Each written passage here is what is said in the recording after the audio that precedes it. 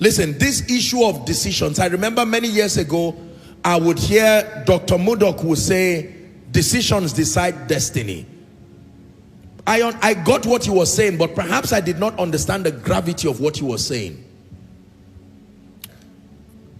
I've had the honor of meeting people I used to know many, many years ago. And for some of them, their lives have not changed. Or some of them have become very worst versions of themselves.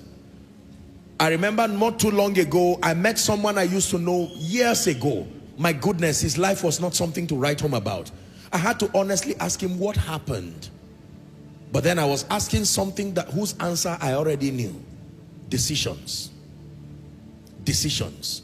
Your conditions can be great, but your decisions will superimpose your conditions and bring you into a negative consequence if they are poor decisions. Whereas for another, you can have negative conditions surrounding you and make quality choices and decisions that end up bringing you to your desired heavens. I respected the power of choices and decisions when I came into a position of leadership and I understood how serious choices and decisions were. Do you know that one decision can make you a bad father forever?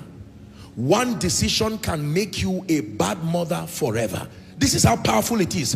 One decision or indecision can send you to hell. Not two, not three. One decision. This is how powerful decisions are. There are people who have been sick in the hospital and yet they were able to survive. There are people who had accidents, hit by metals and all of that, and were able to endure. But one decision you can make, it will not injure you physically, but it can literally define your eternal destiny. Whoever told you that choices and decisions are a cheap matter to play with? I can tell you sincerely, you are where you are right now, looking at me, especially if you hate where you are. It is an uncomfortable truth, but I want you to admit it right now in Koinonia, that you are where you are as a reflection of the decisions and the choices that you have made. Apostle, everybody hates me. It has to be demonic. I agree. But those demons require something to work on. And you donated your will through ignorance or your passion to not get knowledge, and cooperated with them in bringing yourself to this current state. Can I tell you, your real deliverance begins the day you admit that I am where I am, comfortable or not, because of the decisions I have made with my life. Hallelujah.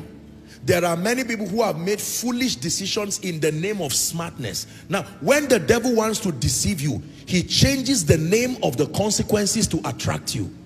Are we together now? Yes. Satan will call poison sweet or whatever it is. And then because the name changed does not mean the outcome will change. Are we together now? Yes. If you carry rotten food and you package it and put it in a beautiful cooler, does it change the state of the rotten food?